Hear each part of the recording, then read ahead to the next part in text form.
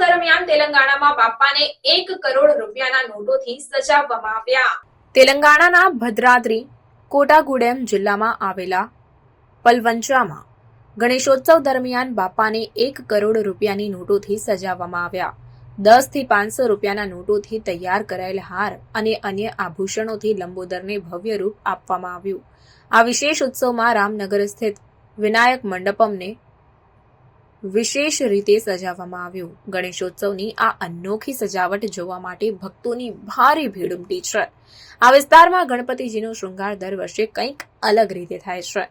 એસ્ટ કાપુ સંગમ દ્વારા આયોજિત સમારોહમાં છેલ્લા 28 વર્ષોથી આ પરંપરા ચાલુ છે.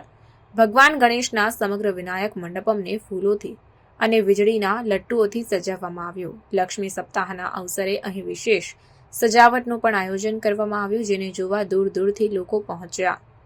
શ્રદ્ધાળુઓ ભગવાનના આ ભવ્ય રૂપને જોઈ આશ્ચર્યચકિત થઈ ગયા.